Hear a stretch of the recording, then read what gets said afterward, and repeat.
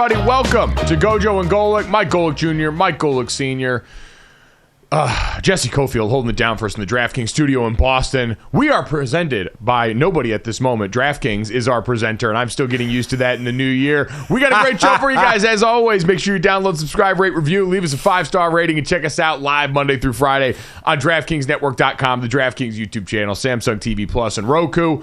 Got a great show for you guys. Rashee Rice, wide receiver for the Kansas City Chiefs, going to stop by ahead of their Week 18 matchup. Take a look at what's been an interesting season for them, both on and off the field, that we will touch on with Rashee. But Dad, we talk about that relative to football, as last night we had to kind of digest one of our first Thursday nights, in fact the first Thursday night, without any form of football this entire fall that we've had. We're looking forward to a final weekend that's got plenty of NFL playoff implications. We've got the college football playoff championship still coming up on Monday, but last night was the first night without the NFL or without college football all fall. How did you feel wading into these waters again? Well, I mean, certainly I love turning on the TV and watching football, but I also love turning on the TV and watching sports. So it's what we do. We start to make that turn to NBA, hockey, college basketball. You know, it starts to get, you know, the object in the mirror is getting closer than it seems, right? It's starting to push upon us, because we know the end date for football is about a month away, February 11th in Vegas, where we'll be for the Super Bowl. And it's a downer every year knowing it's coming to the end, but we just start transitioning over to the next sport. So, you know, it wasn't football. You got to see basketball last night, you know, Wemby against Giannis. And then we got to see Golden State absolutely destroy oh, that's right. They lost that 18-point lead in the fourth quarter, which we'll get to. So, you know, you turn the page a little bit to the NBA, you know, and start looking at other sports. But make no mistake about it, I miss football. I love turning on any day of the week and seeing any football game. I was going to say, you were handling this a lot better than I did. I had to take a moment to collect myself. Really? Because it did. I mean, because it does feel like the beginning of the end. Like, once the normal cadence of it, with no Monday Night Football and no Thursday Night Football starts, you realize, and I always, covering college football selfishly, when we get to the end of the college season, the regular season, conference championship weekend, I take solace in the fact that, I've got so much more NFL football left. But now that we're also creeping up on the postseason there, I don't know, it's just a little reminder that it all goes by very fast. But it does, but there's always, you know, plenty, while you're going to focus more on other sports in the games. As we know, a lot of these sports, especially the NFL and the NBA, are such year-round things. And now college football, with basically free agency and the NIL of players, more players that we're going to talk about that are leaving their teams, and I have no idea why they're leaving their team, which leads me to believe the reason they're leaving their team is they got a better offer from another team. So, I mean, the free agency that is hitting, and there's no contract like in pro sports that you have to go through before you get to free agency. These college players, man, they hit the mother load, right? They can do free agency anytime. I mean, anytime they want to go, hey, you know what? I'm going to be a free agent. You know, give me to the top buyer out there. So they have gone from being, as so many people have talked about, they're persecuted so bad, all they get is a scholarship, blah, blah, blah, to now they're making money and they can be a free agent whenever they want. So there is always that plenty to talk about, like we will today with that. It's not persecuted, it's exploited. And based on the current market, it seems pretty fair to say that they were exploited based on what we're seeing right now financially coming in for these guys. So I think we were all justified. I think everybody involved in the powers that be in that sport played a stupid game, and now they're winning stupid prizes. And I am going to sit here and laugh my ass off the entire time, just like I did last night. We mentioned, sad that no football was on. And so I got home and I flipped on the TV, and I actually saw this clip. So Bomani Jones was on the Dominique Foxworth show with Dominique, and I saw him bring something up that was pretty interesting, because I had thought, we had talked about in the show a while back, we're not talking a lot about Victor Wembanyama, and we're not talking a lot about the Spurs, mostly because south of the Detroit Pistons, they're about the worst team in the NBA. While we focused on the Detroit Pistons because they had that historic stretch of losses in a streak, the Spurs haven't been much better. And I saw Bomani Jones liken what Greg Popovich is going through to what Bill Belichick has gone through. Take a listen. So I look at the San Antonio Spurs and I see by the way, Greg Popovich is living the exact same life as Bill Belichick is right now, and nobody's talking about it. They're the worst team in the NBA, and they've been sorry for 4 straight years, and there's no defending the sorry that they've been. I at least have seen Bill Belichick's team be good in the last 3 years. I saw them make the playoffs 2 seasons ago, right? But part of why Popovich could kick it like he kicked it when they were winning was he had a superstar that was willing to put up with it. No matter who you were and no matter how Popovich talked to you, you had to take it if he was also going to Tim Duncan. And Tim Duncan was going to take it and keep it going. That was the thing about Tom Brady with the Patriots was Belichick could kick it like he kicked it, and Tom Brady went along with it, which then meant everybody else had to go along with it. Which is absolutely right and is absolutely the formula. And so with that as the backdrop, I was like, oh, you know what? That is interesting. I'd like to tap in with the Spurs. And lo and behold, we had a game last night where the Spurs played the Milwaukee Bucks, who have the second best record in the East. And the Spurs, like Bo said, are the last place team in the Western Conference. And Dad, this was a banger from almost start to finish. The Spurs kept this game close. They were winning at certain junctures at the end. And I got out of this game what I didn't get out of the Oklahoma City and Spurs matchup when you had Chet Holmgren and Victor Wembanyama out there was direct contact. Giannis Antetokounmpo and Victor Wembanyama had their first on-court meeting because earlier in the year, Vic had an ankle injury and wasn't on the court for that game. And Dad, this lived up to the hype at every turn. Giannis finished with 44 points, including 2 big threes at the end to seal this game. But watching what was the, I think, current title holder of one of the best and biggest freaks in the sport who has come over and established himself as a multi-time MVP and champion, and the guy in Big Vic who wants to be just like him, and in a couple of spots got the best of him in a way that was incredibly entertaining. So I went from before this game wondering, all right, have we lost some of the juice on this whole Victor Wembanyama experience? And then seeing what I saw in that game last night and being immediately renewed to the idea that, oh yeah, this guy is absolutely the future. He is, but I think it's going to be maybe how much in between. It's not going to be every night. So because the team is bad, and I don't know when the team's going to get good again. And Popovich is 74 years old. So I don't know how much longer he's going to keep going. I don't know if they can build a contending team in the time he has left to coach or wants to coach with what they have. Because I agree with Bomani. He got, I'm not going to say spoiled because he had great players and he coached them just what most great coaches do. They get great players and they coach them and they win championships. But so I don't know when this team is going to get here. So, but the good thing about it is you can kind of scrape that away and just look at the player. And talk about Wemby. How does he do against Giannis? How does he do, when he plays against LeBron or AD? How does he do against the other stars in the league? At least you can watch those matchups. Not like football where you got, 11 out there or 22 on the field at one time. And while one person you can watch a star, a lot of times that person, unless it's the quarterback, has to be fed the ball or has to be away. In basketball, you're always on the court. You're there offensively. I think he had, 27 last night. He shot to 10 of 18. He had 5 blocks. He blocked Giannis one time in this game as well. But you can watch the individual play. So I do like that. I love what Giannis said about him after the game. And I don't know where I'm hearing that either. He's acting like people are saying Wemby's only 7 foot. I don't know of anybody who said Wemby's only 7 foot because Giannis is like, I don't know who's saying he's only 7 foot. That guy's not 7 foot. I'm like, I don't think anybody's been saying he's 7 foot. We don't know either. He's been 7'4" this entire time since we started talking about the world's largest Frenchman. So that's the beauty of basketball is you can watch the individual play. I mean, you sit there and you look at Memphis. They're a bad team without Ja Morant. We'll see how much they can come back. They have a big-time losing record right now. I think they're, 11-23. But now that Ja's back, they're going to play the Lakers, I believe, tonight. So that's what you look for, right? How much better is this team getting with them? But you get to watch Ja Morant. That's the beauty, I think, of the NBA is while it's a team sport, you can watch these individual stars. And in this case, watch a young man who I believe just yesterday turned 20 in Big Vic. So, we have some time to watch this guy blossom. The thing I was wondering, and I want to go back and look this up, what was LeBron James' record his rookie year? His what happened year. with the Cavs again that year?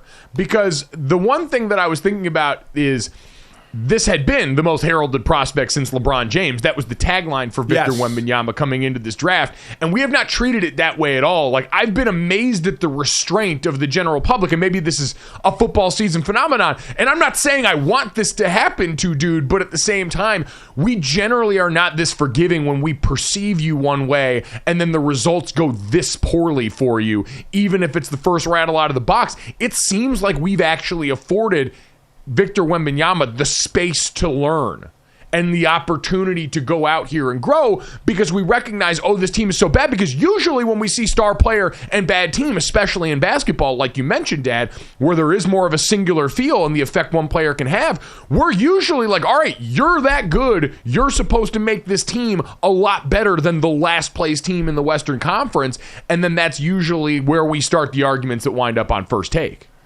So I'm looking. I see Cleveland was 35-47. If I'm looking at the right year, I think it was 2003, 2004, and they were 30. They finished outside of the playoffs. They were 35 and 47. That's where they were that year. So and obviously that was the young LeBron coming over from Akron. But the Spurs aren't even going to do that. They're not hitting those wins. That's for sure. So we'll see where they end up in this. But like I said, because it's an individual sport that you can watch these guys grow, we will. I'm trying to quickly look at what his stats were, LeBron's, as a rookie, because Wemby, I think, is averaging about 19 points a game, right in that area there. And you go back to LeBron. LeBron averaged 20.9 and 5 rebounds, 5 assists. So Wemby could end up being right around there from the point total, but that's where LeBron was his rookie year. Shot a little over 41%. Actually 29% from three-point land. Victor was, I think, 2 of 8 last night. He'll throw them up. There ain't no doubt about that. He will throw up some threes. No, he will. LeBron James, the interesting part is LeBron James was Rookie of the Year that year, and right now Victor Wembanyama, because of the Chet Holmgren injury last year, Chet still technically qualifies for Rookie of the Year, and right now in DraftKings Sportsbook, Chet Holmgren's the odds-on favorite to win Rookie of the Year based on his performer. We know Oklahoma City, it's obviously gone a lot better there for them, but I part of me is proud of us for not actually going and starting to skewer this dude right now. We've seen everyone take a different approach too. We just talked about Pop. We never have seen Bill Belichick act differently in public, so it's hard to really couch if he's done that privately as things have changed there in New England. Greg Popovich seems like a different dude right now. Like watching him, he seems almost gentle with this, like understanding I have to take a different tack. He's even giving answers to sideline reporters now during games. I'm blown away. I mean, you're right. Whenever you go to the sideline reporter, you're wondering which Pop are you going to get? Is the game going bad? Is he going to give a 2-word answer? Is he going to give that, kind of raised eyebrow look? But yes, now he's like an older father putting his arm around his son rather than kicking his son in the butt, right? And I think for sure he's going to do that with Wemby, at least in the beginning, until he gets his feet wet a little more in the league. But we've talked about guys adapting before, head coaches, especially guys that have been around forever, adapting not only to young players, but to players of this generation who are, a little different and brought up a little differently than players of an older generation. As a quick aside, and it doesn't matter, and I don't care enough to rant and rave about it, but I completely disagree with this. If you got hurt your rookie year, you're a rookie the next year and can win the award. That's ridiculous. Because even though you're hurt, you're still in you're with a pro franchise, you're working with them, you're getting to be around them, see how it all works. You're not coming as a true rookie from college, or it's at one point way back when, high school, and probably again soon, or from Europe and coming over to the NBA.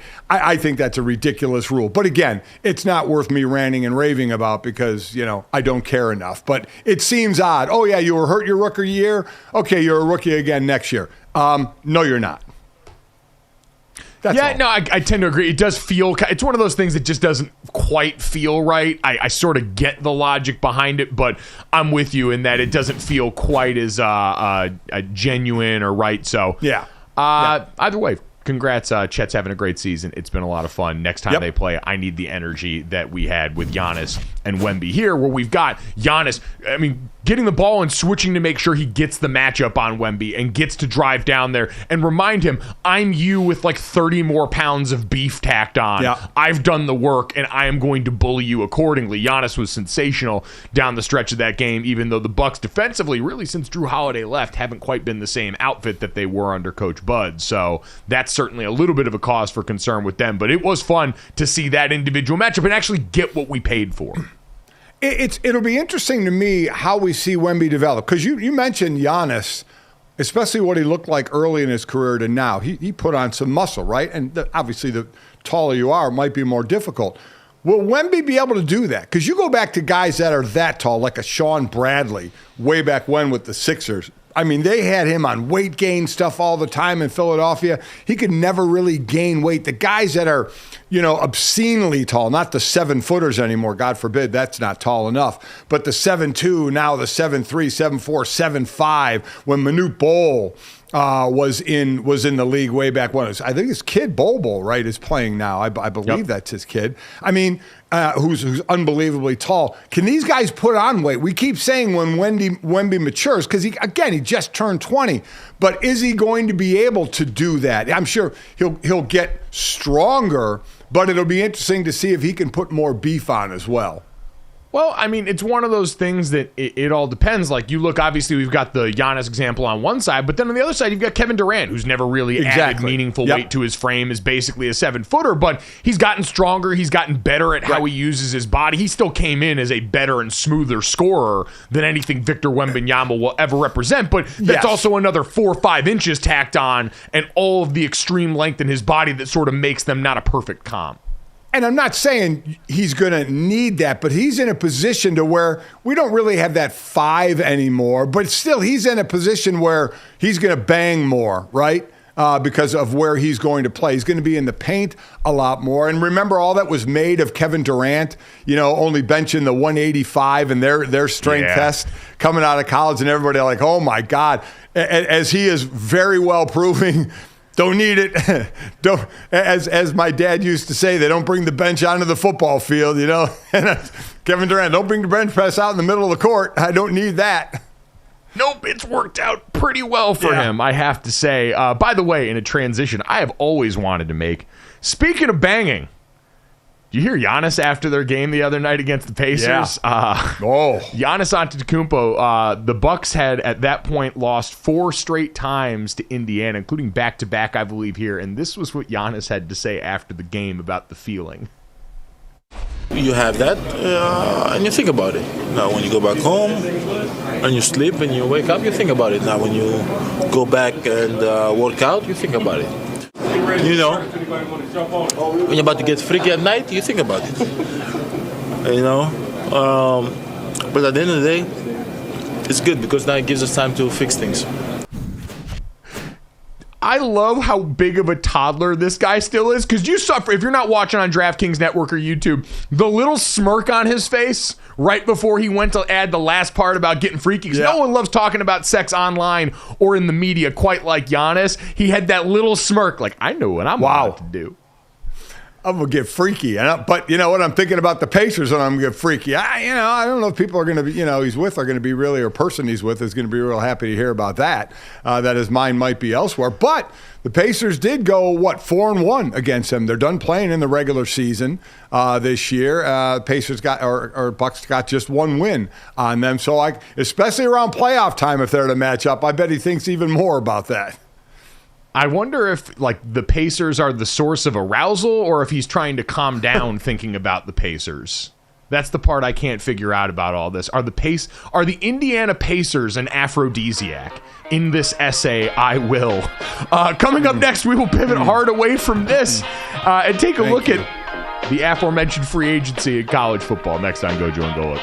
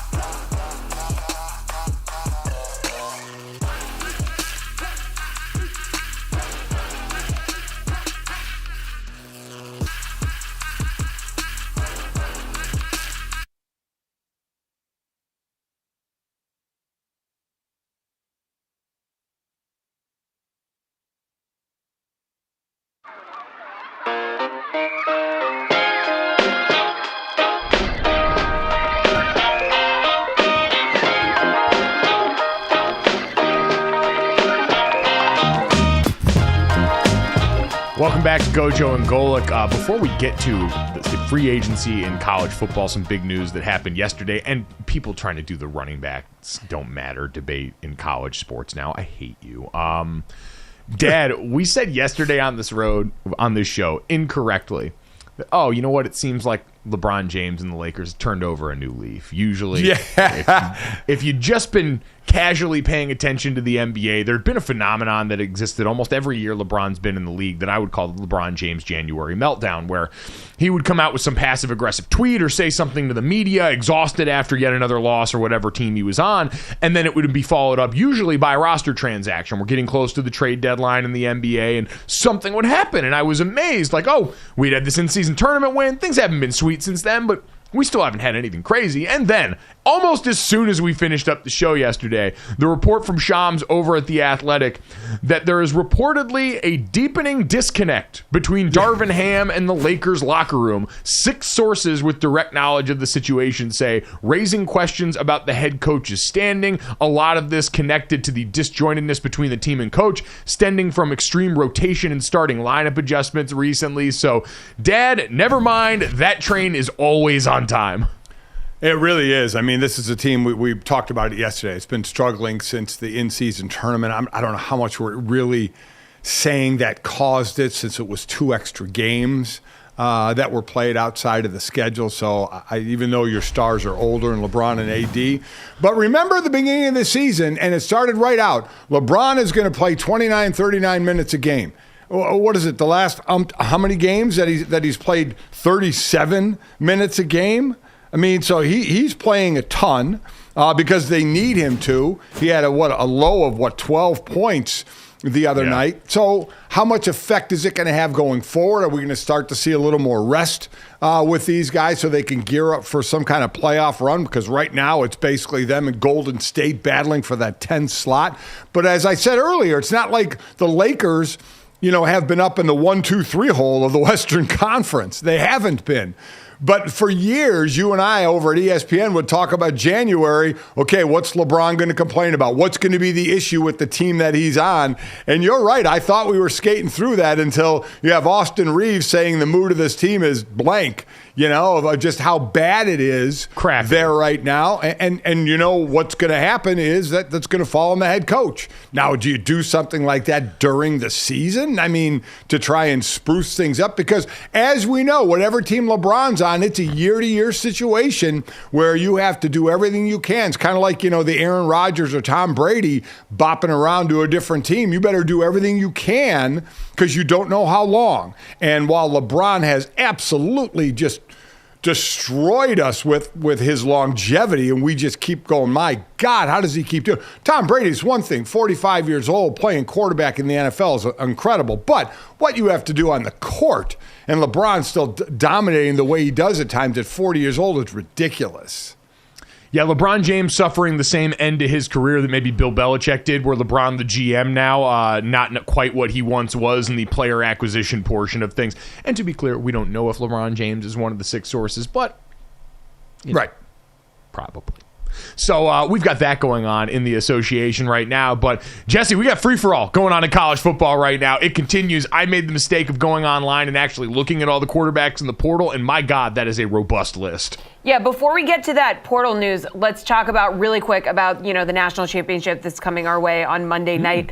Real quick, before we get into all that, we're going to talk more about this, obviously, on Monday. But on Twitter, I'm not calling it X. I refuse to. Washington defensive tackle Fatui Tuitele shared the Huskies' approach to the game, saying, I remember during fall camp, we had some former Dogs talk to us. I don't remember who said it, but someone said, it's not about going 15-0. It's about going 1-0 15 times. One more 1-0 to go. Guys, I remember reading something that this is how they teach people who are in the military how to get through torture. It's like you get through a minute at a time. You don't think about the torture as a whole. So this is obviously a more positive approach here. One more 1-0 to go. Can the Huskies do it? What are your quick thoughts on national championship before we jump into transfer portal stuff? Well, my quick thought here was you went through Fatui Tuitele with a level of ease that most broadcasters would really try and attain. I looked down at that and I was like, because I called 2 Washington games this year. There are a lot of polysyllabic last names on that team that could trip you up if you're not careful. So shout out to you on that one. My flag, because it's nice once you've gone through it a couple of times to just be able to low-key throw names in there. Yeah. The amount of times in the lead up to the semifinal games where I would just, so I could flex on the name, he's important to the team and he's an important factor, but we don't think of Washington's defense all that much. And I was like, oh yeah, Tuli Latuli Nasanoa. I would just throw that one into casual conversation to let people know I'm about that life. You're about that life. Yeah, I'm not going to lie. I practiced quite a few times before I had to say it out loud. Yeah, it's very daunting. So shout out to you. Thank you. I mean, listen, we'll break this down a lot on Monday, but I lean over to the defensive side on a real quick note. You look at how much pressure Michigan put on Jalen Milroe on that offensive line. And even Nick Saban said after, we got exposed in a couple places on the offensive line. Remember, they had a true freshman left tackle, Proctor, who is a monster, but he's a true freshman, and he had some growing pains along with others on that O-line. For Washington, Mike, Penix has only been sacked 10 times. So, and that's a combination of that O-line. Remember, this O-line won the Joe Moore Award as the best O-line in the country. And also Penix's ability to escape and slide away from pressure to get the ball downfield. So that was a big part of Michigan's win over Bama is the effect they had on Jalen Milroe in that offense to the second half where they got Jalen out on the run a little more. So I'm interested to see if Washington might can stick with their normal offense, whether it's quick release or long balls down the field, because long balls down the field, you need time in the pocket.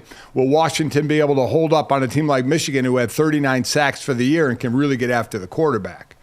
Yeah, the difference in the game is going to be, can they get him down? Because Texas had opportunities. They just couldn't get him down. And that had been the biggest. We talked to Nate Tice about this earlier in the week, and he's right. When you'd watch Michael Penix during the year, the biggest difference between the way he was discussed then, which is still Heisman Trophy finalist, great quarterback, and the way he's discussed after this game is the response to pressure. During the year, if you got Michael Penix Jr. off his point, all of a sudden the passes could get a little bit more errant. He was chucking darts through keyholes in this game when he was under pressure, and he was under pressure a lot. The other side's even more worrisome, though, Dad, and I saw Parker Fleming, Stats of War on Twitter, I think summed it up really well. There's a lot more ways it feels like Michigan can win this game because of how complete they are as a team. Like Texas during that game, we know Sark's wired to want to go after big plays. He was never going to turn this into a downhill ground and pound for the entire day, even though he probably should have. Michigan will do that. Like, if Michigan feels the need, we saw in the Penn State game, they'll line up and they'll run the rock over and over and over again. And it's going to be, can Washington create one or two moments on defense, which is what they've been able to do during this stretch, to give the ball back to their offense. And then it's almost like playing the service academies. Like, the idea was you need big plays and you got to get up on them early because you got to change the game script and make them drop back and do things they're uncomfortable with. JJ McCarthy can make plays, but if it turns into a full-blown shootout, that's the way Washington wins this game. Yeah, listen, if Washington gets up on them, it's more difficult, in my opinion, Michigan to come back than if Michigan gets up on Washington's ability to come back, because they can strike one play and they're back in this thing. They could just throw the 50-50 ball up, and get back in this game. And Michigan, I think overall is a better team. Michigan can control this game and control the clock, but Washington can score quickly and put it on you, or they can do a long drive as well. So that's why I still, at the end of the day, go with Washington in this one. Yeah, I do too. But man, you look back at what Michigan has been able to do, certainly this entire year. But we know the last month has been where they've faced competition that's worth even grading on. And even that game against Alabama, that was a humbling reminder, as we had all gotten so drunk and fat and happy on what Alabama had done the last month of the season, that Michigan, Ohio State, those are teams that are right now staring eye to eye, and Ohio State has been with anybody in college football, and gave us that reminder on a massive stage. So I am, I don't know, I'm very excited for this matchup. I said to someone the other day that the Washington offense against the Michigan defense is the closest thing we will get in college to the 49ers offense against the Ravens defense we got in the NFL. Yeah.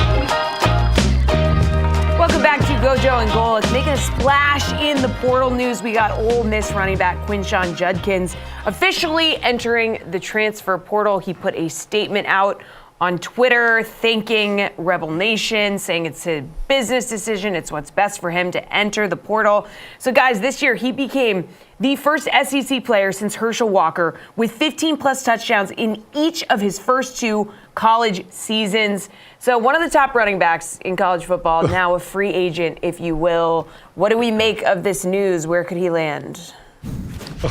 I mean, it could be any number of places. He's one of those players. Yeah. Like, running back's a universal solvent position. We just saw that happen with Etienne's brother at Florida, who left and just went right across the aisle at the cocktail party to Georgia, and is now going to have a really good time in a way that I saw bothered a lot of Florida fans. But Dad, anyone would be lucky to have this dude. I saw people starting to have the wonder about the marketplace for running backs, and would it be some of the same pitfalls that we've seen in the NFL? And my thought is that this is college football. Like, there are still, when you're that much better than your peers at what you do in college football, because by and large across the board, as a former very dead dog average college football player, most are not very good. You're absolutely worth your weight in gold even at that position, and I think Quinshon Judkins is going to find that out. So I'm not going to lie, I'll be completely honest here. This is a tangent that I didn't see becoming this prevalent, okay? I thought the portal, which would be great, okay, guys, it's a bad situation for them, or maybe they're not playing, and again, you only have 4, 5, maybe 7 years, as we have a player going back for his 7th year. Hell yeah. Alan Bowman, my hero, go back and never leave, going back for his 7th year at Oklahoma State. I saw Tom Fornelli tweet, he was in the same recruiting class as Trevor Lawrence and Justin Fields. He is a hero.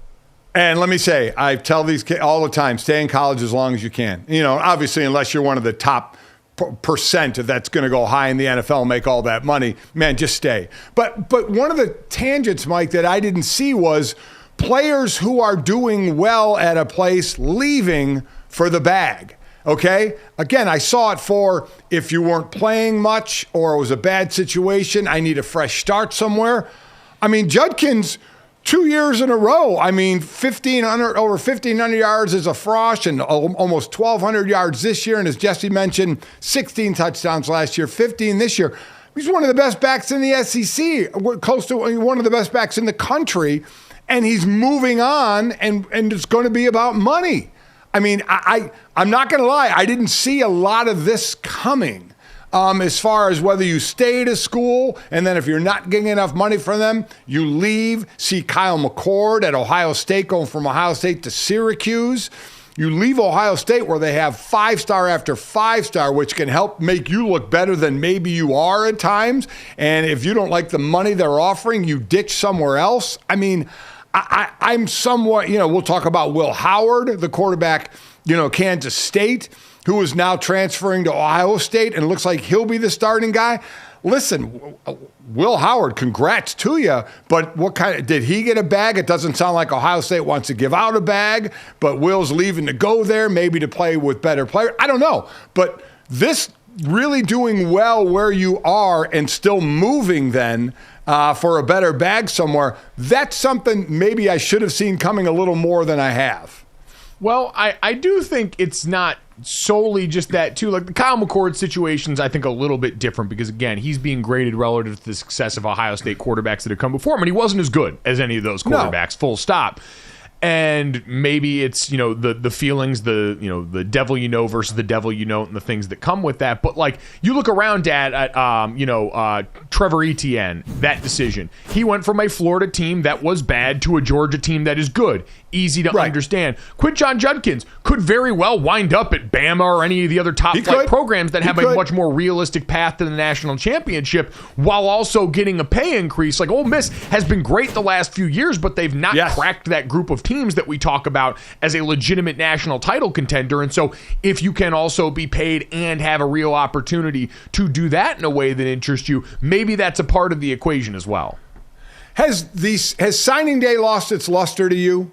I mean, it's great for the player. It's great for the 18-year-old who gets to, pick a hat or sign or, have the big press conference and decide where he wants to go. But I guess so for them and their families, that's cool. But on the outside looking in, do we give a damn anymore? Because that could be the number one. I had fun on signing day this year.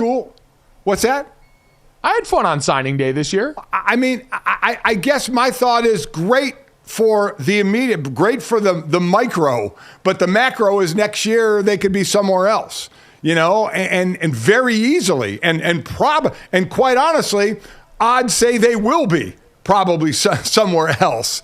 So to me, it's kind of lost. It's like, oh, he went there. Okay, talk to me in a couple of years. Let's see if he's still there. So for me, it has. I get it for those players, how it's still cool for them and playing in the Army All-American game and Under Armour All-American game. That's all cool stuff. It was all really neat when you guys were coming up, and I dug it, and I hope they are as well. But for someone that sees how talent develops and see, okay, they chose here and where they're going, it's lost its luster for me. Because they make this big thing about, oh my God, he chose Ohio State. Alabama, Georgia has the best recruiting class, in the land. And now Alabama's got 8, guys in the portal, 2 heading over off to the NFL. They just leave. Yeah, but I think it's still an overall indicator of the healthier program. Like, some of the guys leave, but in general, if you're bringing in top flight recruiting classes, this is again where I encourage people to buy in bulk. You're looking at the overall number on there. You're looking at how many years they've been tangent to that number. How many, I went back and looked at Georgia leading up to one of the games and discussions we were having. The last time Georgia, according to 24/7, didn't have a top 5 recruiting class? Yeah, it's been a while. It's been like 8-10 years, 2016. It was the 2016. It was the first year that Kirby Smart got to Athens. Was their and it was the 6th ranked recruiting class. Every other year they basically flirted with 1 or 2. And while there are players that have come and gone, even from Georgia, we saw they had a list of transfer players before the Orange Bowl. It was not as robust as Florida State, and they were not impact players the same way that it was for Florida State. But they had guys that chose, hey, I'm at Georgia. I'm at what we think of as the zenith of the sport. I'm going to go try and find another place because the fit's not there for me. But Georgia has rolled in top 5 class after top 5 class. So even if you get a little bit of attrition off that, it's still a pretty strong indicator of the health of your program. And so I think those things are all still true. If your program signs a top 5 class and then starts to do that consistently, yeah, you're going to lose some guys. But also, Dad, I think there's another part of this that starts to show up that we saw in bowl season where I didn't agree with everyone trying to characterize what happened with Florida State as a flaw in the integrity or the character of their program type thing, or the health of their program. But at the same time, it's hard to look at what Georgia and Alabama have had happen the last couple of years with guys that have chosen to play in the bowl games that aren't in the CFP and not say, all right, you know what? That is at least a positive sign about the way Alabama and Georgia are doing business in some regard, where people see value in that and there's continuity in the roster because of that. So there are indicators all over the place that are still tied to some of these old metrics that show, to me, your program's moving in the right direction. And listen, I don't want to make it sound like I think the college game is becoming worse because of what the college game is just changing. That's all. And while as I said, I'm happy for these players, I'm not as into the signing day because I know a high percentage of guys are probably going to leave. Again, I'm not saying it's ruined the game. I don't think it has. Ratings are great. Games are still great. So I'm all in. What's going to get interesting to me now as we continue in kind of the new way with the portal and NIL and things and the timing of the portal is next year we're going to have another first in college football. We're going to have a 12-team playoff. And if you look at it this year, just looking at, the standings of where the top 12 are, we've already had, in the top 4, nobody really bail. Though Malik Murphy did, the backup for Texas, he was gone. He's one play away from could have been out in the field, and he left. How many of the top 12? We know everybody's not staying because of the portal timing. So you wonder in those teams down the line going to 12 if you're going to have players that are still going to bail because they want an opportunity somewhere else. Yeah, I think, and the one thing I've kind of repeated is the stock line over and over again is we are truly, and it's always been this way, but all politics are local when it comes to the way decisions are going to be made around teams. And for players right now, it's going to be hyper-specific situations tailored to these rosters that we're going to all have to parse through because not every player entering the portal will be the same.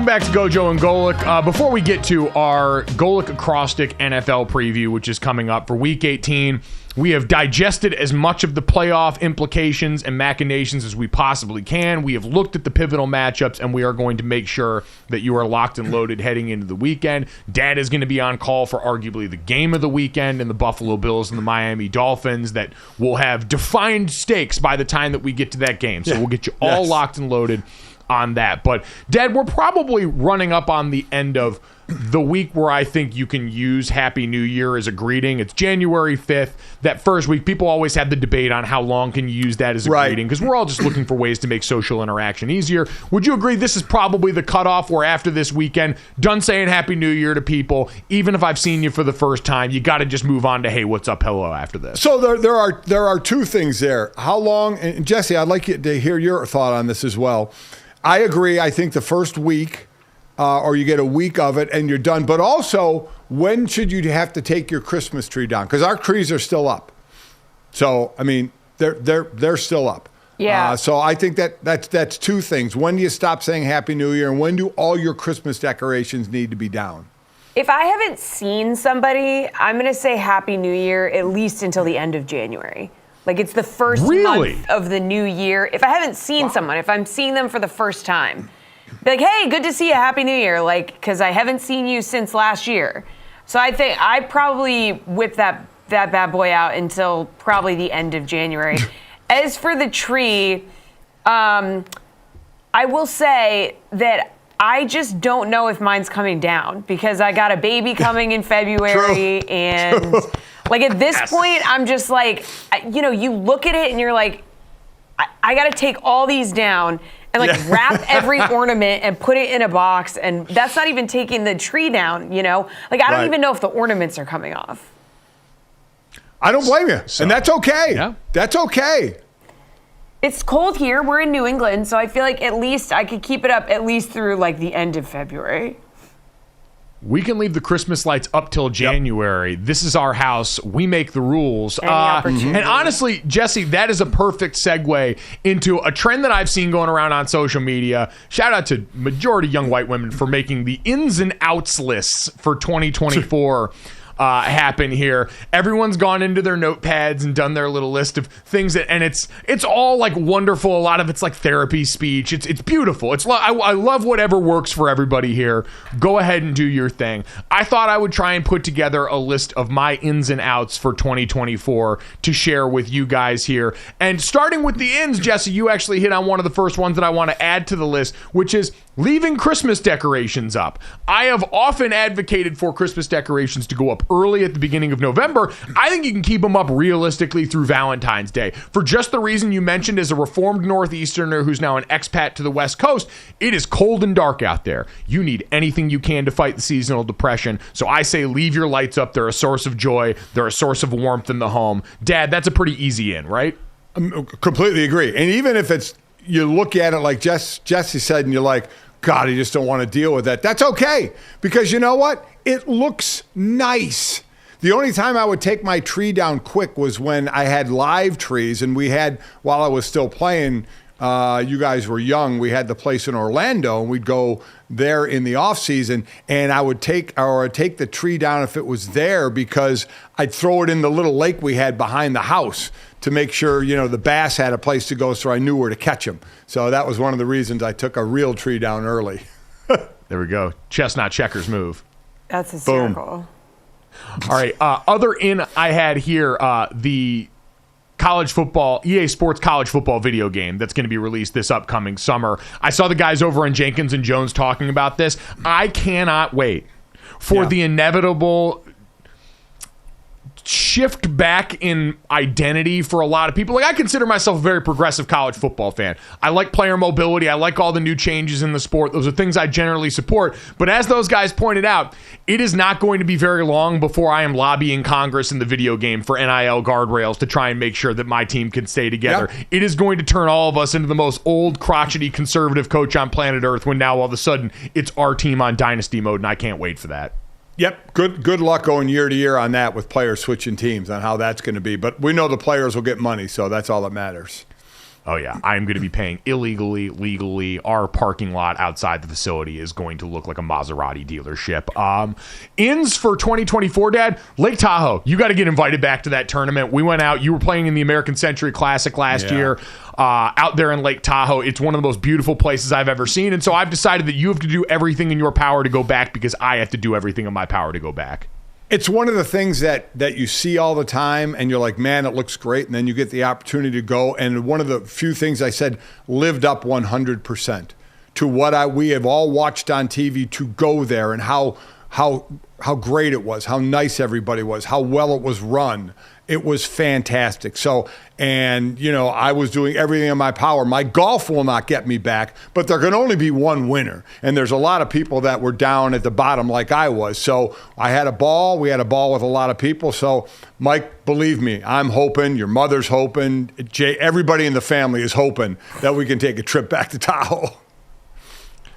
I would say you mentioned there can only be one winner. I generally tend to agree. That being said, national championships in for 2024. Getting to experience my team winning a national title in the Notre Dame lacrosse team this last spring was one of the most enjoyable things I've ever been a part of. I've experienced it in the past with Notre Dame women's basketball, but it had been a little bit, and remembering that feeling, because on the football front, it's been a little while, and I've been a part of some close but no cigars. Winning national championships, I've had a tortured relationship with it. I can hardly ever watch trophy presentations.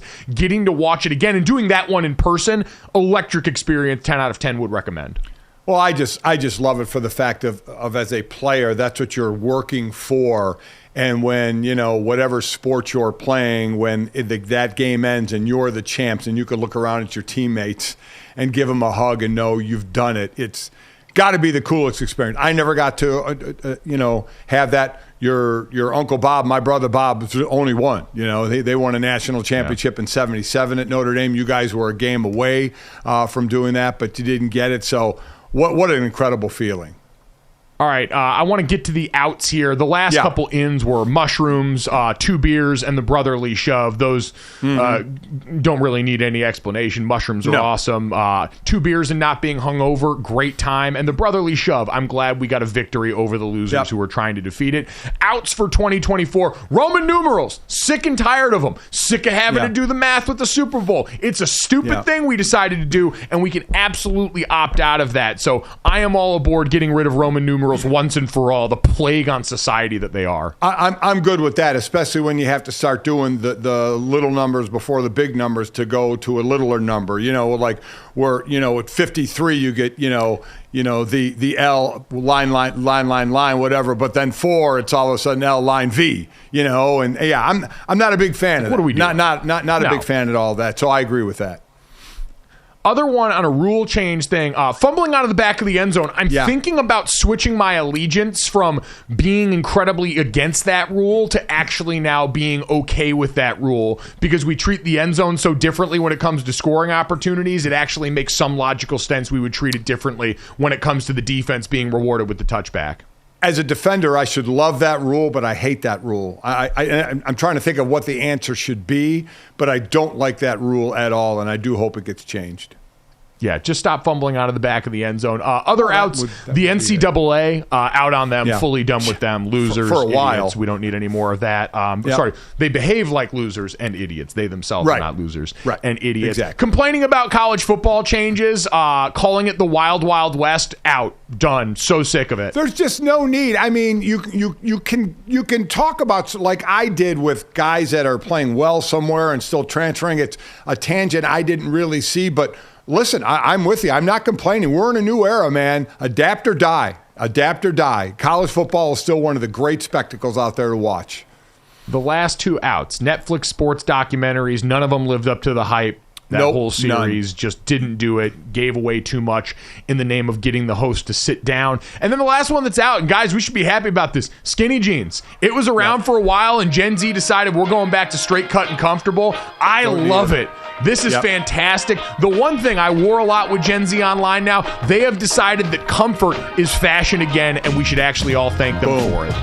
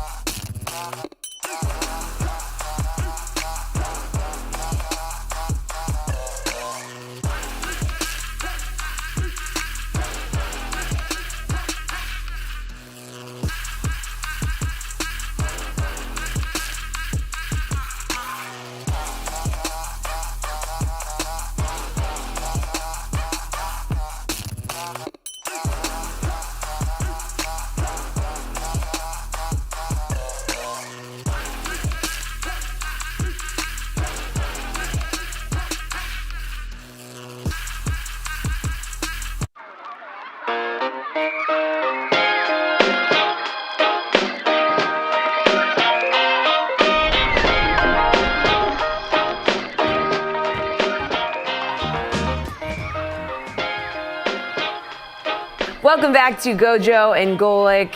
It's a new year. Me thing or New Year's resolutions, but some things don't need to change, okay? Some things are perfect, like the Golic acrostic, okay? It's our first one of the new year, and that includes our first poem of 2024. Yes. So, here we go. G is for all the scenarios that will play out this weekend. O is for the teams that will be on top at the end. L is for Bill getting one more shot at NYJ. I is for an Eagles team that needs a win in the worst way. C is for the moments that will make us say, wow. So let's find out what GoJo and Golic think about it all right now. Wow. Strong opening to 2024. Yep. I feel Thank you, good about producer that. Tom Glennon. Yeah, I'm going to say, Tom Glennon Tom's taking it first for a time. spin. Yeah, Yeah, Tom's first first poetry time. Well crack done. there. Yep. So in There you go. In a way, it is a new year and a new him on that, as he is now a poet in 2024, and he didn't we know all it. aspire to wonderful things like that. I knew he was going to say it. I knew he was going to say it. All right. It was right there for me. It was right. It was teed up. Okay? You can't expect me to just bite my tongue all the time. I don't expect you to bite your tongue ever. Like this, that is one thing, Dad. I feel like New Year's resolutions after a certain age, you're not going to change meaningfully in a lot of ways at this point. But Mike, you know what I'm doing? I get mocked so bad, bad for dad jokes. Okay, I mean, with Ben and Sydney here, we see them all the time. You know, basically, we don't really want to see them, just their kid Alex, our granddaughter. But they have to come along with them. And I mean, Sydney and Ben, we went out to dinner one time with them, me and Chris, and they actually left it at home, made up a bingo card of dadisms. And were waiting for me to say them, and they could put it on the bingo card. Like, the empty plate, and the server saying, oh, did you like that? No, I didn't like it at all, as the plate's empty. And whatever dadisms that I would say, I find myself now, when I'm going to say something, them staring at me, waiting to say it, and me going...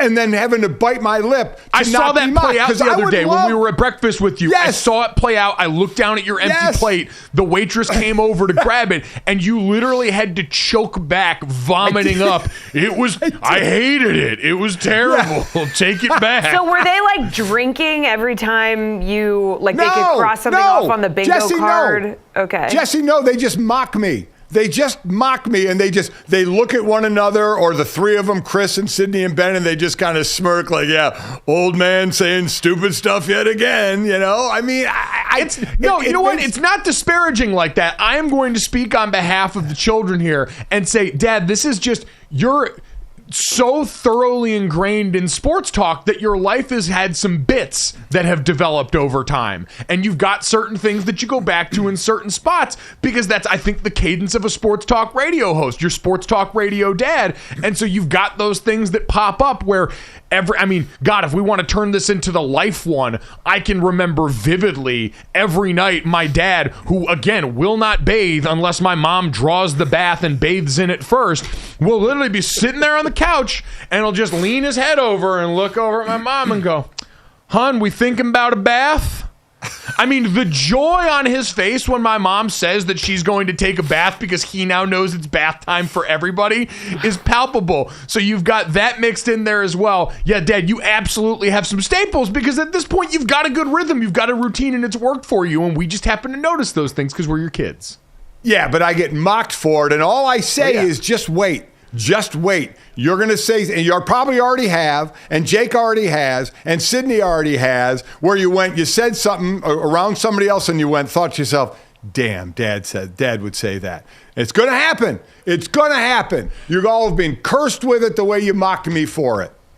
Dad, it's already happened. I have still the alerts on my phone from when I was a homeowner every 3 months to change the air filter in my house. Yes, maybe the most dad-associated trait that I can think of is your affinity for changing other people's air filters at home. Yep. I still have those alarms set. So I have become you. I have a penchant for sensible footwear right now that has me going further away from my sneaker obsession. All of the things have seeped in. Yes.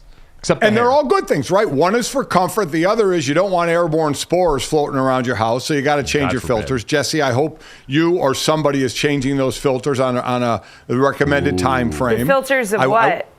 Oh, God. Oh, no. Oh, Jesse, Oh, no. we need to have a talk. Well, wait, what filters? There's lots of filters in a house. The not, air not filter. a water filter, not a pool filter. The filter in your HVAC system for your air conditioning, your heater, there's filters in there. Yeah, no, we change those frequently. Okay. Oh. All right. I mean, I don't change them. No, I know. I know. Believe me, I know we're not messing up the manicure by changing our filters. I wouldn't okay? even know where to find them, frankly. I understand that. And that's fine. I just want to know they're being changed. That's all I want to know. Yeah, no, they're And you're telling me they definitely are. being changed. Okay. I want Jessie to like take us on a guided tour and see how long it takes her to find where the air filter is in her house. Oh my Jesse, God, we would Jesse, be there believe for me. hours. There was never a thought when we brought this up that you changed the filters. Yeah. Don't worry. Well, that was never going to be a mistake Dad, made. Dad, you very famously had to go into the home of Rebecca Lobo and change their Yes. air filter for the first time in what, like 8 years? So we were over, Rebecca and her husband, we did me and Chris went over there to do a podcast and hang out with them for a little bit, do a podcast at their house. And one of the things that came up was the filters. And they both gave that look like, what? You're supposed to change them? And I said, take me to your filter. And I went to their filter and it was god awful. So I showed them how to change it. And every now and then Rebecca will DM me and said, we just changed our filters. I actually made a video when I was there of how to change the filter and left it with them. And I love her. And her and I have been such good friends for so many years. And like I said, every now and then she'll DM me and said, we changed the filter. So we're all good. Thanks. So Yeah. I'm just happy to help. My husband's really into actually like air quality, so we have these like intense air filters too, just around the Good. house, just in random rooms. Yeah, so no, those filters do be getting changed. Yeah. That Good. The filter that you took out of Rebecca and her husband's house Oh. looked like it had been through the depths of hell and back. I need to have find that. Never seen. Yeah. We're gonna find the picture and we'll post Yeah. it with the show. It is. And that was the air they were breathing in there. God help them. I'm glad that you have given them the gift of clean air, which is what a great gift that we can give anybody here. Let's give everyone listening to the show the gift of the acrostic that we promised and the look ahead to the NFL games from this weekend. Let's start with the G. Good for the game. Dad, there are only 3 games going into Week 18 that have no playoff implications whatsoever. So we're actually blessed to have this here. And, you know, we haven't talked about a lot today so far is the Buffalo and Miami game that you're going to be on the call for here, Dad. So the most exciting Week 18 matchup, we can talk about some other ones, but you have the game that everybody is looking forward to because it's at the end of the day. We're going to have the outcomes determined that are going to let us know if this is a game where Buffalo's playoff hopes are still alive or if, in fact, there is a world where if certain results happen, Buffalo could be playing this game to win the division and end up as the 2 seed in the AFC or miss the playoffs entirely. So, Dad, you're going to be on the call for this game here. What are you looking forward to? I mean, I'm first off, I'm looking forward to who the inactives are going to be for Miami. I mean, where Buffalo is pretty damn healthy, right? Yeah. And most of the guys that aren't practicing for Buffalo, it's like vet rest. You know, for Miami, guys have missed games, but also guys have missed a couple practices. Tron Armstead, a knee and ankle. Bradley Chubb is out for the year. Xavier Howard, his foot. Raheem Mostert, his knee and ankle. You got Jalen Waddle, his ankle. Devon Achane, his toe and rib. So you got guys that missed Tua last even week. left the fourth quarter of the last game with some arm soreness, albeit the game was out of whack, but his shoulder was still hurt in that game. Yep, he's listed with a quad and left shoulder, but he was a full participant. Those first guys I mentioned, haven't practiced yet this week. So, and I get it too, if you're not going to practice them, save them for the game. But that, to me, the 90 minutes before that game, when I'm down on the field and when Ryan Radke, because I'm on the field, sends me the inactives, that to me is going to be a big thing in this game about what's going to go on. Because in all honesty, Buffalo and especially Josh Allen, the notes on him, he's 10-2 versus the Buffalo Bills. He's thrown 34 touchdowns and 5 interceptions. He's made AFC Offensive Player of the Week 5 times playing against Miami. I mean, he's thrown multiple touchdowns in numerous games against Miami. So they kind of are getting it done. Sean McDermott, I believe, is 12-2 against Miami. But all that matters is this game. And to me, this game is going to be based on, first, who is going to play, because they both can get after the quarterback. Both teams, I think, are tied for third in sacks. But the one thing Miami does is I believe they've given up the least amount of hits on their quarterback. They do a nice job of that. So that's another thing to keep an eye on, especially with Tua nicked up the way he is. But as I said, there's going to be a ton of games to cover, and a lot of stats in this one, and a lot of game to talk about. But for me, it's who's active and who's inactive 90 minutes before the game for Miami. And I think even the fact that that's in question makes me lean Buffalo in this game. I said coming off the New England game, bad matchup for the Buffalo Bills. They had been making their living since the change to Joe Brady on offense on the ground. James Cook had been a star. There were games where Josh Allen didn't really even have to do much but hand it off. And they ran into a Patriots defense that's a great rush defense in the NFL. Christian Barmore has been every time I watch a Patriots game, it seems like Christian Barmore is wreaking hell in someone's backfield. And while I was thinking Christian Wilkins too. But Christian Wilkins can do that for the Miami Dolphins, certainly. But what they've lost on the edge, being banged up on the perimeter, even though Stephon Diggs hasn't had quite the role lately that he's been used to, I think it all lends itself pretty well to where the Buffalo Bills had been winning. So I like them in that game. You obviously can't pick it because you're calling it, but going to be by far the most exciting one, I think, of the weekend. Dad, let's get to O. Which team would benefit the most from winning their division this weekend? We've got that at stake for a few teams here, and it seems like there's one pretty clear-cut answer based on what we've seen the last month of the year. For me, it's the Cowboys, to be able to win that division and have that home game. Even though we talked about if you're the 5 seed, you may be playing, would be on the road, but you'd be playing Tampa Bay or New Orleans, which might be, a better matchup than being, that 2 seed, 2 or 3 seed. So, but the Cowboys are undefeated at home and they're 3-5 on the road. So to me, there's you got a sample size there for sure. So I think it's really, really important for them to try and get that home game and win, and that's, could do it for them. A win or a Philly loss would do it for them. So I think for them, because of how good they play at home, to get, at least that first game at home.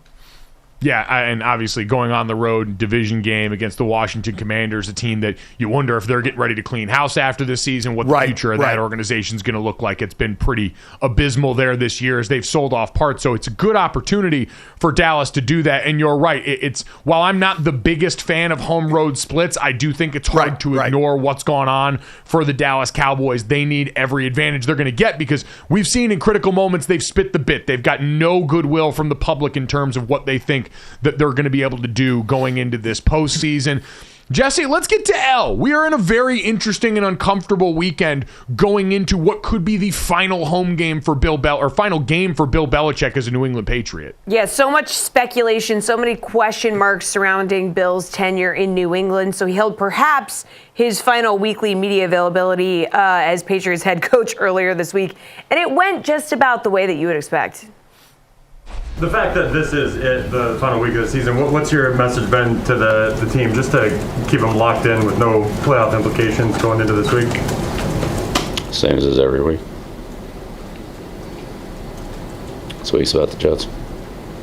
Last week was about Buffalo. Week before that was about Denver. Yeah, just like, okay. It's giving nothing, as the kids say. So losing is winning in this one, guys. Obviously, losing would give the Patriots a better pick, but there's no way, right, that Bill Belichick is going to go out and try to lose to the Jets? Oh, no. No team ever tries to do that. No coaches and players ever try and do that, even if the organization and fan bases would like it. I just keep thinking about how people were so ticked off about Tom Brady's first retirement, not mentioning the Patriots enough. This dismount is going to be even more cold and sterile with Bill Belichick. If this is indeed the last game in New England, and Dad, we've seen so much smoke, it's hard for me to think that there is not fire raging inside that building and that this will be the departure. That being said, if there is one thing Bill Belichick does really well, it is beat the Jets. And going out on beating the Jets, there is no, Dad, in the parlance of your terms, There is no way on God's green earth Bill Belichick is ending his time with the New England Patriots losing to the bleeping Jets. Completely agree. Right now, they have the 3rd pick in the draft. It can go up to number 2 if they were to lose that. It could go as low as, I think, 5 if they win. Bill doesn't give a damn. It does not care at all. What have the Jets have lost, 15 straight to New England? Yeah, it's amazing. Only 3 players on the New England team have started every game. I mean, it's been brutal there. Bill will be trying to win this game like he tries to win every game, without question. Yeah, and the Jets at this point have been such a tire fire for so much of the season, especially towards the end with all the turnover at quarterback. Zach Wilson going to be out for this game, so likely his last game in a Jets uniform as well going into this weekend here. I do feel terrible. Garrett Wilson has started his career off in like DeAndre Hopkins territory. He is now he was the AP Offensive Rookie of the Year last year. He is now the first wide receiver in Jets history to have 1,000 or more yards in each of his first 2 seasons, and has done so catching passes from 7 different quarterbacks in the first 2 years. So God really, he is God's strongest soldier for this week and probably this year, receiving his toughest battle. Funny thing on the other side, Dad, we talk so much about that Don Shula wins record that Bill Belichick likes. If the Patriots were to lose this weekend, it would be Bill Belichick's 178th career loss, including playoffs, which would tie Tom Landry for the most ever. So he has been around long enough and been doing it long enough to have every record every which way on this, apparently. It's the Nolan Ryan of football, of so many wins and so many losses. But yeah, when you're doing it long enough, that's going to happen. All right, let's get to the eye here, Jesse, as in need of a win in a big-time way. And it seems like as the Eagles season has gone downhill, the media is really trained in on one guy, and A.J. Brown's kind of sick of it.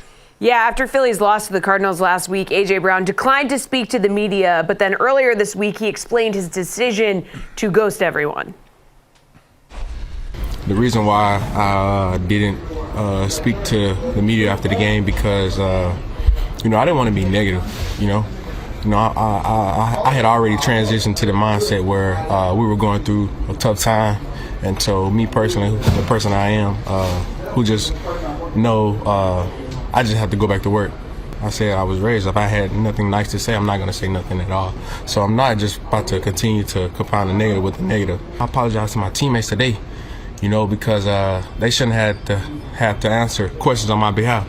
I'm a man, I can speak for myself. I know who I am, and I know that's not, you can portray me however you want to portray me, but you know what I'm saying, at the end of the day, like, I know who I am. And so I try to be careful what I say, because you guys still gonna write it up however you want to write it up. I was a journalism major. Like, that's your job, you know what I'm saying? So I'm not upset at none of y'all or whatever. I love how he flipped it around at the end. So much respect, though, for that answer, because he is spitting nothing but facts. It's incredible. Dad, I know you appreciate the fact that he did apologize for making his teammates answer for him. I know that's one of the things that you always talk about is not making trouble for your teammates. But I, for one, am thrilled that we've got peak wide receiver playing out in the media again. Yeah. And let's see what kind of game he has this time around as they play the Giants. They beat the Giants a couple of weeks ago. But I do love that if you have nothing nice to say, don't say anything at all, which I love. But the other side of that is then other people have to answer the questions for you. I know we want to get to see, but I just think for them getting a win and getting back in the win column, last win, like I said, was against the Giants, a bad team anyway. They just need to get that good taste in their mouth again.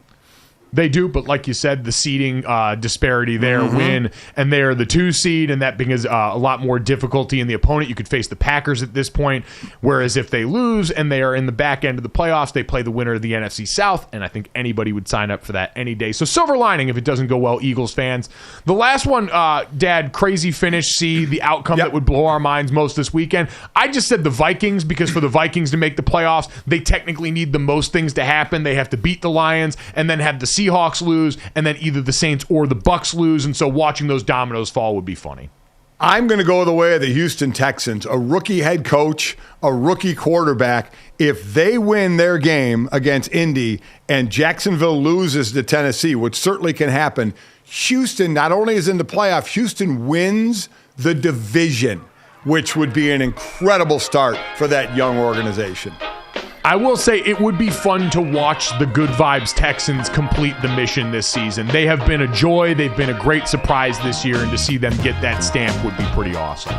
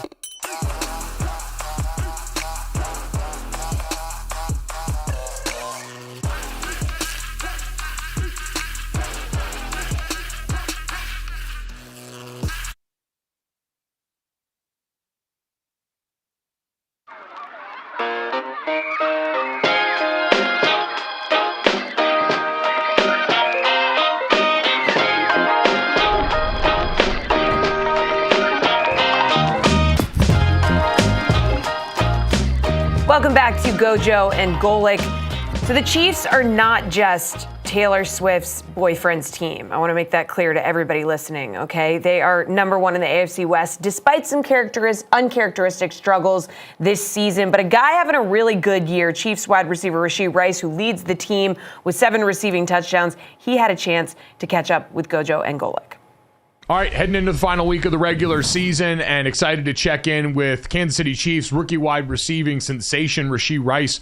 Kind enough to join us. Coming off a big game for you, Rashee. I've seen a bunch of places now, everybody talking about big moment, your longest reception of the season. I believe the Chiefs' longest reception of the season, where you saw broken coverage and kind of completely changed the route you were supposed to run in that situation for the big score. I'm wondering, like, week 4 of this season, is that something you would have even thought about or been comfortable doing at that point and at that juncture of your season? Yeah, I would have been comfortable doing it. Probably wouldn't have, been able to get as open as I did because I was just still kind of learning the defense and trying to be able to react to the defense a lot faster, that I've been doing now. I'm always interested, and I'm sure fans are as well. Take them down on the field. When Mahomes breaks the pocket, which he often does, and creates those spectacular situations, everybody may think it's like a playground. Everybody just kind of do your thing. What's your role when Patrick Mahomes breaks out of the pocket? Truly speaking, a lot of times when it's kind of scramble drill with Pat, it's either, I'm on his side and I'm trying to, stay, kind of quarterback friendly and close enough to where he can make a throw, or I can turn around and block for him. But if I'm, deeper downfield, I'll just trying to look around, find space, And if it's man, or whatever coverage it's in, just try to find space to where you can make a catch versus 1v1 versus the DB. I guess we kind of say all of this to underscore you walked into one of the most explosive offenses in the NFL, one of the most well-known considering what they've accomplished, who the quarterback is. For you, this season now, as you start to look back on it, you guys still have plenty ahead of you with the playoffs and everything else, but what have you seen for yourself as the biggest growing you had to do from getting here at the beginning of the year to now getting ready to help this team with the playoff push? I feel like, the biggest part, I had to improve was obviously being able to understand the defense, but being able to react and being able to play full speed, but also being under control and not letting, too much of the outside get to me as far as, playing on the field and just being distracted, like not focusing as much on the plays. Did you have like a welcome to the NFL moment? Is there something that sticks out now as you remember a time where it was either a defender or something that happened in practice where you realize, all right, this is different? Yeah, the first day of training camp was the most running I've ever done, and I threw up during practice. Yeah, was there that? Oh, either. Damn. Okay, this is a little different than what I'm used to, huh? Man, a whole lot different. Touchdown either way, slant, and then you take it 60 more yards on your own, or deep ball, go route, where you catch it. Touchdown either way. Which would you rather do? I'd rather catch a slant and take it to the crib. Looks I like cooler, to have the huh? ball in my hands. That's all. Are you at a point now we hear so much about, over the years, this offense being interactive where guys are going to Andy Reid with ideas that they have, or, we see it in the fun play designs down in the red zone and stuff like that. Have you gotten to the point now where you'll go to Pat or you'll go to Andy or you'll talk to, the offensive staff here about things that you're seeing and things you think could help? I haven't gotten to that point to, try to change anything in the game plan, but as far as, things I'm seeing, I always communicate that when I come to the sideline and what I see on the field. I'm wondering, coming from college, obviously it's a 12-game, sometimes 13-game schedule, depending on conference and championships and that such. So you're getting ready to play, a 17th game. It's certainly longer than college. Was there any kind of a rookie wall that you hit or a point you got past because it's a longer season? I wouldn't necessarily say I had a rookie wall. It does get a lot more tough, being like it's been like you said, a longer season for me, and it's my first time being able to, go through this for myself besides just hearing about it. So it kind of, coach understands that, and they help us out as much as we can, and they take care of our bodies as long as we stay in the playbook and work on ourselves mentally. We've talked a lot about your quarterback. I'm curious, there was the big story made, obviously, of you guys getting the chance to throw before the draft. I'm wondering, with what you knew coming in and then what you see now, working with him on a day-to-day basis, we all think of Pat as one of the greatest quarterbacks in the NFL and trending towards one of the greatest of all time. Was there anything in person that even stuck out to you more that separates him from other quarterbacks you've seen or been around? Besides the fact that he's going to lead regardless, and he's probably the most competitive person on this team, regardless of what he's doing. So wait, I see the smirk popping up there. Yeah. What are you thinking of in terms of Pat as the competitor that's popping up in your head right now? Pat, he told me so many stories. He think he can be the punt returner. He go line up at receiver. He line up on kickoff. Pat he line up anywhere. He think he's a superstar for real. Do you have anything in the locker room? Now, I played a long, long time ago, and we had a ping pong table in there where everybody thought they were the greatest ping pong player of all time. Do you guys have anything off the field or in the locker room that you guys compete with? No, we don't have anything in the locker room we compete with, but on the field, he's real competitive. All right, so everything is on the table when it comes to Pat on the field. That's good. Good to know, and not the least bit surprising. Everyone's seen that passion kind of bubble up this season, so it's nice to know. Has he ever tried to come out and check you, like line up across from you at corner and say that he can lock you down? Yes. And really? I know. Yes. Pat, and how did that go for him? Everywhere. How did it go? I didn't want to do it to him. I didn't want to do it to him like that. You know what I'm saying? You know, that's nice of you not to want to embarrass the man. You know, that's a smart move on. You certainly don't want to let him win, but you don't want to embarrass him either. Good move on your part. You say rookie already behaving like a vet, understanding that he eventually wants that guy to throw him the football. Rashee, I guess just in general, looking back on your first year right now, as you get ready for the home stretch here, with that in mind, you've had, the Taylor Swift phenomenon going on around your team. Is that something that the rest of you guys noticed there? I'm sure for, Travis and Pat, it's kind of different because it's personal with them. Do you guys feel that effect? Has she been around? Have you seen her? Yeah, I mean, it's been real cool, to have her, part of the team. That's real cool for us. I've seen her, a couple times, and I just feel like, us as a team, we all know it's cool, and we're all happy for Trav, but we're just kind of keeping the main thing, and really just trying to go ahead and get to the Super Bowl. Have you had to pick a favorite Taylor Swift song because people ask you so much during the season? Nah, I've not had to do that. All right, there we go. Well, you know what? Just when in doubt, go Love Story. It's always going to work out pretty well for you as a guy who's been around it a bunch. So if some social media person from the Chiefs decides to make you guys do your favorite Taylor Swift song thing, you just hit him with Love Story and you keep it moving. You're going to be good to go. That's your favorite song? That's one of them, man. I mean, it's a classic, right? I just wondering if you was a Swiftie or not. Oh, he's a Swiftie. No, he's been to a few of the concerts. Yes, he knows all the songs and everything. So I would take his advice. Just say that title and everybody will say, okay, cool, and they'll move on. You know what?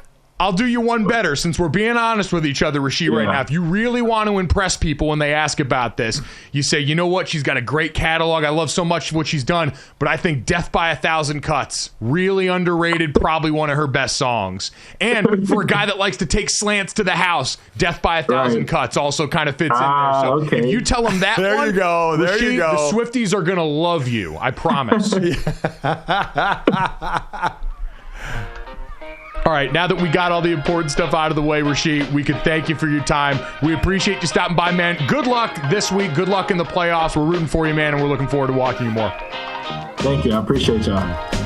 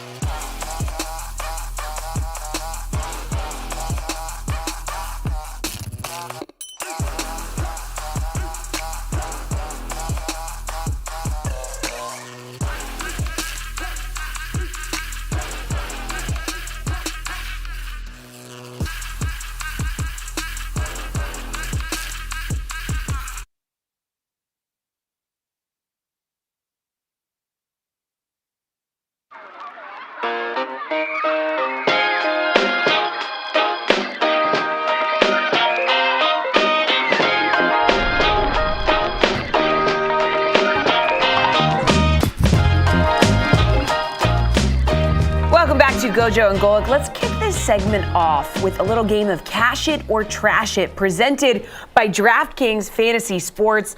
So check out what DraftKings has to offer this season with code GoJo, because life's more fun when you're in on the action. DraftKings, the crown is yours. Gambling problem? Call 1-800-GAMBLER. Age and eligibility restrictions apply. Void where prohibited. See DraftKings.com for details. So guys, in Cash It or Trash It, we present you with a bet, okay? You let us know if you want to cash it or trash it. Pretty self-explanatory. Today, we're going to look ahead at a total bet for NBA tonight, and then we'll revisit it on Monday to see how it went. So tonight's Pacers-Hawks matchup features one of the largest game totals of all time. It got all the way up to 264.5, which was the highest total in DraftKings history. It has since gone down to 262, but that's still the highest ever.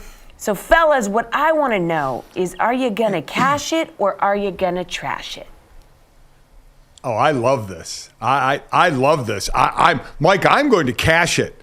I'm going to cash it, and I'm going to tell you why. They've played once this season. Did you see what happened when they played one time this season? They played November 21st, and the Pacers won the game to get into to keep going into the next round of the in-season tournament. That game was 157-152. It was the highest scoring game in the NBA. It was 309 points. They can go about 45 points less in this game and still hit that over. I mean, they were chucking them and hitting them in that game. So I'm cashing it. I'm saying, boom, hit that over. They already have the highest scoring game in the NBA, and so why not continue that? There was only 2 games last night. Neither one played last night, so there's no back-to-back to worry about. So let the ball fly, baby. Yeah, scoring, I think, has been like the last month going pretty crazy in the NBA, too. So this follows the trend. I'm a big fan of life's too short to bet the over, unless you're talking about Iowa football. Everywhere else...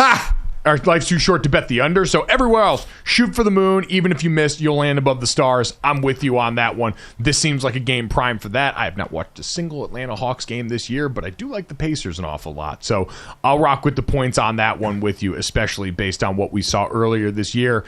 So again, that is cash it or trash it. Use the promo code GoJo. It's a good thing for you. It's a good thing for us. We all win, and we all like to be winners, as we established yesterday, unless it's the zombie apocalypse, and then Jesse wants to be an immediate loser in that one. Quitter. Self-inflicted loser. I think you'll Quitter. all, you know what? Ejected. Quitter. It's okay. Go to Twitter, sweet summer child. Go. Look off into the sunset. Boom. Look at the flowers. Bam! It's the meme with the moon. It always was. Yeah, you'll be fine. It's like the end of a. This was the end. Yeah. It one of the few books I read of Mice and Men. How that one ends, just one of the few books I've read outside of every book that has a wooden ship on the cover. My dad has read. My dad, all he did when I was growing up was read Clive Cussler books with old wooden ships on the cover. It was awesome. It was absolutely awesome. And by the way, your ins and outs, you had Netflix docs in there, and I'm glad you had sports documentaries in there, because Netflix is definitely in. I mean, man, oh man, I can't get enough of all the series and stuff on there. So Netflix is all the way in right now. I'm watching Blue Eye Samurai on there, French anime. Oui, indeed. I am all the way in. Wow. Okay.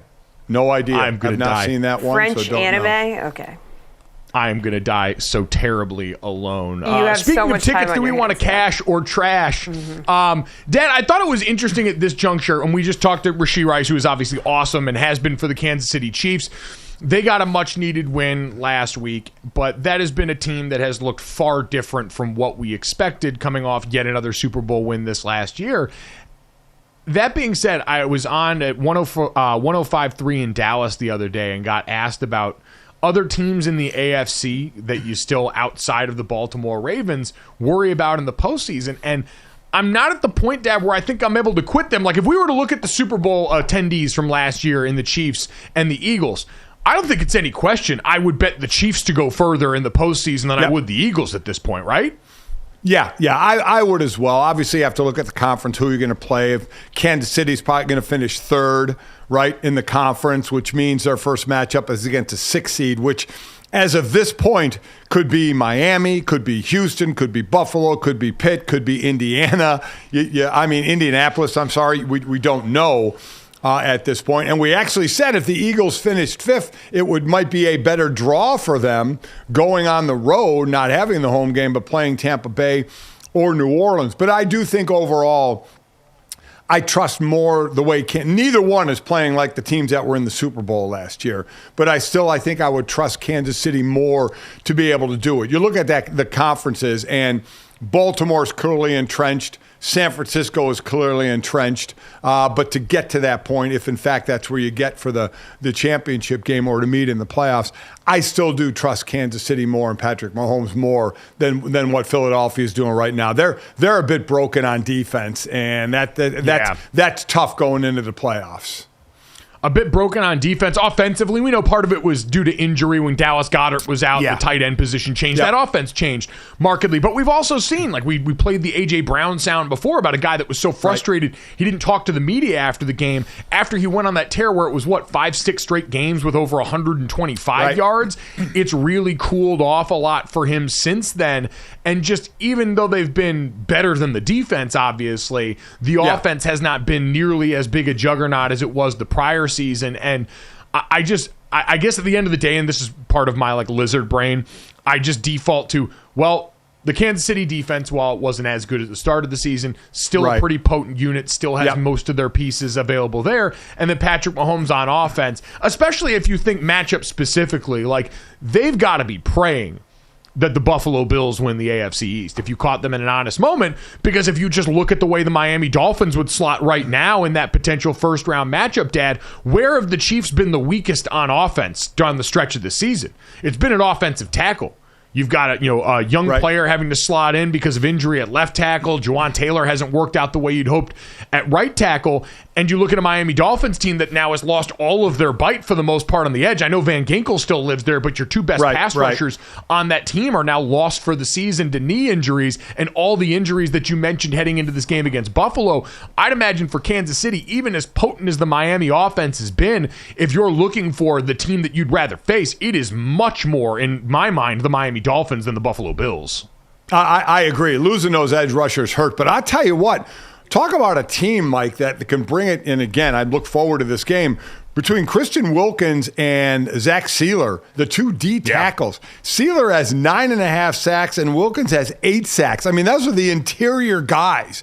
The amount of pressure they can put on a quarterback is pretty impressive. But I'm with you. I mean, we talked about this earlier. Miami is just getting decimated with injury, so we'll see who plays and doesn't play. But as far as matchup, I'm with you that Kansas City would rather have that. It'll be a home game. We'll see, and then depending on the wins and stuff in the first round. But it looks like obviously Kansas City eventually would have to be on the road for the first time in Patrick Mahomes' career. But yes, I definitely trust them more right now than Philadelphia, and the difference would be the defensive side of the ball.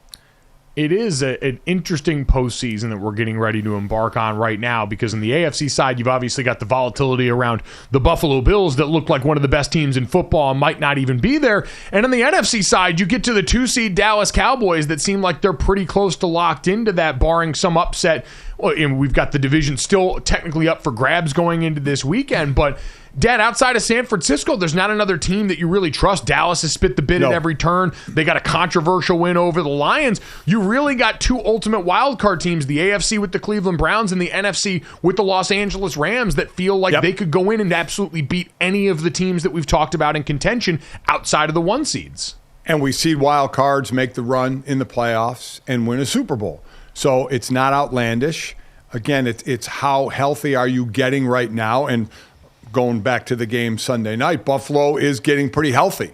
You look at their injury list compared to Miami, they're pretty healthy. So you go through attrition during the year, but when do you start to get healthy? Is at the end of the year, and are you peaking at the right time? So we'll see. One more week, and we finally get it all squared away. We are so very close. Enjoy it, drink it in, because as soon as we know it and look up, it'll be gone. Coming up next, we will get to the headline that I am most proud of in my burgeoning journalism career next.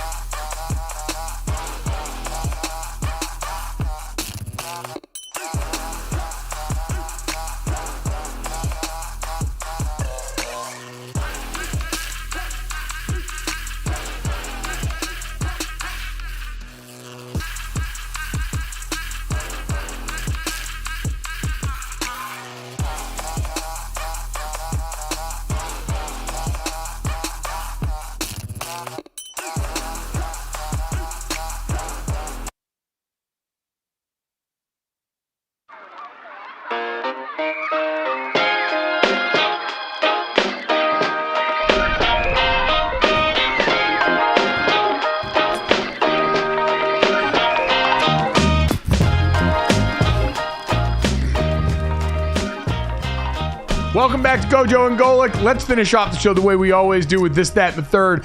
3 quick stories to send you off on into your weekend here. Week 18 in the NFL. Look at God. As always, make sure you download, subscribe, rate, review us, leave us a 5-star rating, and check us out live Monday through Friday, 8 to 10 a.m. Eastern on the DraftKings Network, DraftKingsNetwork.com, Samsung TV Plus, Roku, and more. And if you miss any of it live, or our great guest, Rashee Rice, Kansas City Chiefs wide receiver, kind enough to join us in the show today, make sure you get that wherever you get your podcasts or right here on YouTube as soon as we are done with the show. Guys, let's get to this. Now, oh boy, I was very fortunate. Pablo Torre has a great podcast, Pablo Torre Finds Out. He and I collaborated on an episode where I got to interview Hall of Famer Joe Thomas, former NFL great center Nick Hardwick, about their weight loss journey and the O-line weight loss phenomenon in general as people get ready for that new year, new me thing. And obviously, I've lost a bunch of weight post-playing. Dad, you've lost a bunch of weight post-playing. It was an awesome project. It was great to talk to those guys. And it was an incredibly worthwhile dialogue about, complex ideas like identity and how we view ourselves, the things and tenets of the offensive line position that make us predisposed to be able to go out here and lose weight like this and do all of this. It was a really good opportunity to dive deep into that, even as I see you scoffing right now, Dad. Yeah, it was. It was to talk to those guys. O-linemen, the way they drop weight now, because I think that's a position where they have to try, and I know what you went through, try so hard to gain weight that initially when they stop, it just starts to come off, and then they're able to work the rest of it off. So a wonderful conversation about the O-line, as you said, the intricacies of it and the mentality of it, and afterward to lose the weight. And then in one line, what you said, I don't know if I should just be like, oh my God, or unbelievably proud of you for having that one line and for the career that I've had and the dumb stuff that I've done and the dumb stuff that you've done in your career, from dipping Oreos into mayonnaise and the other. I guess at the end of the day, I should be very proud of the one line that stuck out that everybody is holding on to. Yeah, I found out about this yesterday. I got a tweet from Bruce Feldman, who obviously does a great job, covering college football over at The Athletic, who tweeted at me, and all I saw was this. It was such a smart conversation, and this is what becomes their headline for the aggregation. Ouch. And I didn't know what he was talking about. And then I looked at the tweet above from Sports Illustrated that had aggregated this and said, Mike Golic Jr. says diet as offensive lineman produced, quote, the worst smelling farts on planet Earth. And honestly, they did not misquote me. They did not take it out of context. That is all real. I mean, we went ahead and made it happen, and we did, in fact, talk about the, as Joe Thomas called it, milk fat. We just called it heavy whipping cream when we would use it in the shakes. It's sort of a calorie hack there, really dense, fatty milk in there, but it did produce an apartment that smelled largely like sulfur and made my buddies' girlfriends all want to dump them. Dump. I don't even know where to go. I mean, I don't even know where to go because it's true. It's unbelievably true of what you eat and what you have to eat, especially so much protein and what that does. Jesse, I could just see on your face if you walking into said house that Mike just said and just smelling that and then not wanting to just turn around and leave. Yeah, I also like how Mike said, made my buddies' girlfriends. Make it a point, Mike, to make sure everyone knows you didn't have a girlfriend. Nope. That was been a very consistent force throughout the longevity here. I can't imagine why, after a headline like this, why it wasn't appealing to some lucky lady. Have dating apps. You have the dating apps, right? You got to screenshot that and put it as one of your photos. Oh. That's a really good call. What woman isn't swiping right or whatever way you're supposed to swipe and saying, yeah, gotta have that. Gotta have that in my life right now. Lean in. Yeah. It takes a special lady out there to love a larger man. Shout out to all of the wives and significant others of offensive linemen everywhere. Guys, let's get to that. This is a really interesting twist on the dog ate my homework excuse here. A Pittsburgh couple had a dog named Cecil who decided to chow down on dozens of $50 and $100 bills. Clayton Law had put an envelope with a wad of cash on his kitchen counter in early December. He and his wife, Carrie, decided they needed to pay cash for a project at their home in Pittsburgh's Point Breeze neighborhood, and 30 minutes later, the 7-year-old golden doodle was caught eating a lot of the money. They said their dog is laid back, weird, funny, and very human-like, and ended up eating about $2,000 worth of cash in this. So, Dad, you are the proud owner of a lot of flat-faced, wonderful dogs. You've got one particularly mischievous lad named Ted who likes to eat remotes. How would you have reacted if you found out your dog had eaten about $2,000? Well, I wouldn't have put a wad of cash where a dog could reach it. I'll tell you that much right now. I mean, I'm not sure of that thought process. Well, this is a 100-pound dog, so it sounds like the dog just reached up onto the counter and took it. Has the ability to get places you wouldn't think. And from what I understand, the dog swallowed at least $2,000, but they were able to get some of it back, wash some of the money, truly laundering their money. And I think they got it all back but $500. But when we leave this house, I have 3 dogs, 2 pugs, Hank, who's 13, and Harry, who's 7. And then our English bulldog, Ted, who's 50 pounds, 3 years old, going to be 3 years old, and is just a piece of work. He's a downhill linebacker all the way. And we have to put stuff up when we leave. We've come home and books sitting on the table have been chewed to pieces. The worst thing that he gets, if we forget to put it away, is the TV remote. And listen, Mike, you know me. If I don't have my TV, I get very ornery. And there'll be times that we leave the TV on for him. It wasn't just a few days ago we came home and the TV was off. And me and your mother just looked at one another and went, uh-oh. We went and looked around. We forgot to put the remote away. We looked on the couch, and there it was with the top half basically chewed off of it. And he knows. That's the amazing thing is, you walk in the house, the two pugs run up and greet you. Normally, Ted comes up and greets us. His butt is wiggling all over the place. But you come in, here come the pugs, and you look down the hallway, and there's Ted with his head crouched down low. And we're like, uh-oh.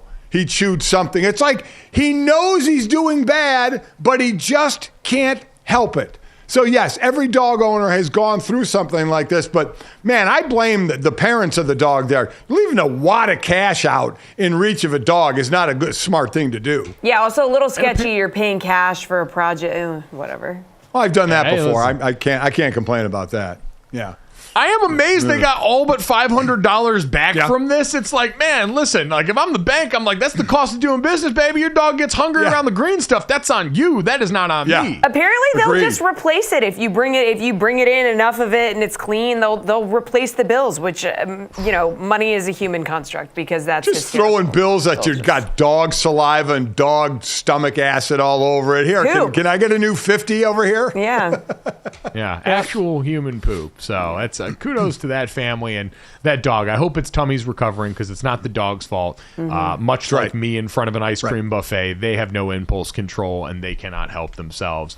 Guys, let's get to the third here. The beacon went out, and DraftKings, I might be moving to Boston, so get ready. Daddy's coming home.